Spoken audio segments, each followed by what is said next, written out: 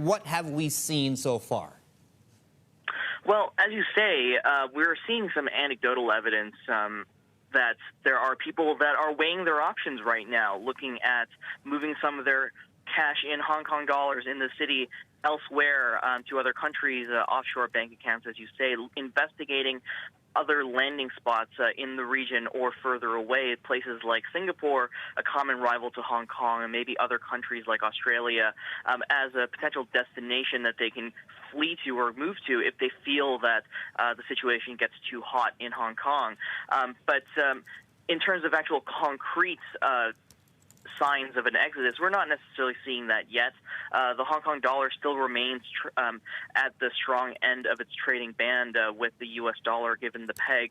And, we're also seeing some big share issuance from initial share offerings from places like JD.com, where we're seeing there's still heavy interest in investments in Hong Kong in the midst of these wider concerns that you're talking about. So it is, as you describe, a plan B or a backup scenario at the moment.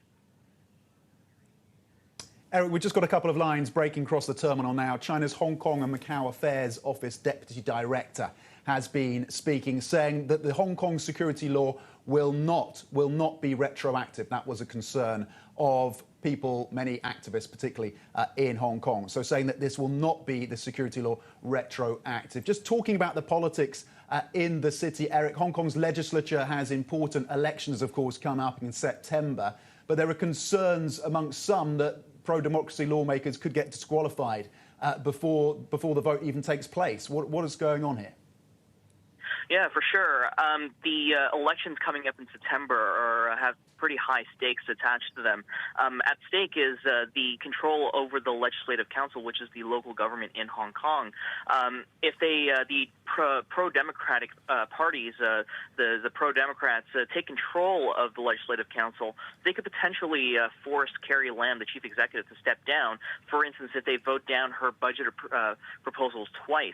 Now, the question here is whether they will actually get that far, even be able to run in this election, because there is a growing concern among the groups that they might get disqualified before they ever even get into the race. Now, there was some comments from some government officials talking about potentially disqualifying anybody that is even in opposition of the incoming national security law, which would basically disqualify pretty much everybody who would run on the pro-Democrat side.